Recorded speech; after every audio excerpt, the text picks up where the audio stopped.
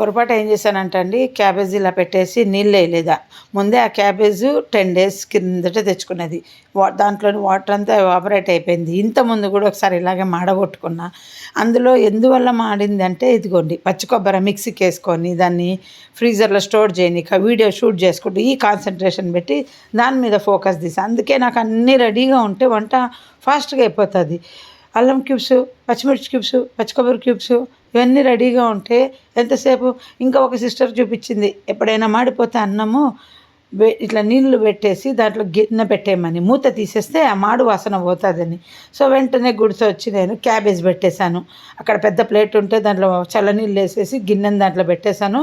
మీకు video shoot చూపిస్తున్నా.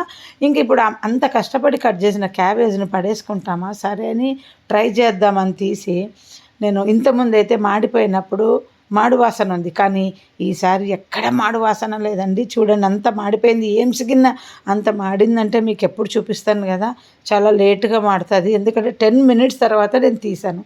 ఇంకా మా ఆయన ఒక్కరే చూసారు ఈ మాడిపోయినది, అయ్యో ఇట్లా అయ్యింది అనేసి. మాడు వాసన ఉంటుందేమో అని భయపడుతూ వెంటనే పైది తీసి మళ్ళీ ఫ్రెష్గా మగ్గించినాను. అస్సలు ఏమి టేస్ట్లో మార్పు లేదు. మా ఆయనతో పాటు కొలిగ్ కూడా తిన్నారనమాట. పూరీ చేసి ఇచ్చా, ఫ్రిడ్జ్లో ఉన్న చపాతీ పిండితో మా ఆయనకు పూరీ చేసి 4 ప్యాక్ చేసి ఇచ్చినాను.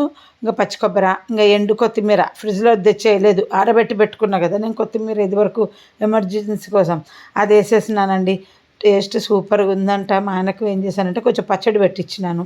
మా పిల్లలకు కారం పడదు, అందుకని మా ఆయన కొంచెం ఎక్స్ట్రా పచ్చడి పెట్టించిన. 2 క్యూబ్స్ వేసానా అంత పచ్చిమిర్చికి, అంత క్యాబేజ్కి, కానీ సూపర్గా కుదిరిందండి. చాలా బాగుంది. ఎప్పుడైనా మీకు గిన్నె మాడింది అనుకుంటే అన్నం కానీ కూర కానీ వెంటనే చల్లనీళ్ళల్లో పెట్టేయండి, మూత తీసేయండి, మళ్ళీ పై అన్నం తీసేసుకోండి. కూర అస్సలు ఎవరు కనుక్కోలేరు, మాడిన స్మెల్ ఉండదు కనుక. చాలా ఎంజాయ్ చేశారండి. మా ఆయన కొలిగ్ కూడా చెప్పాడు, అబ్బాబ్బా ఎంత టేస్ట్ ఉందని. నేను నేను మాడు వాసన రాలేదంటే అస్సలు రాలేదని చెప్పారు.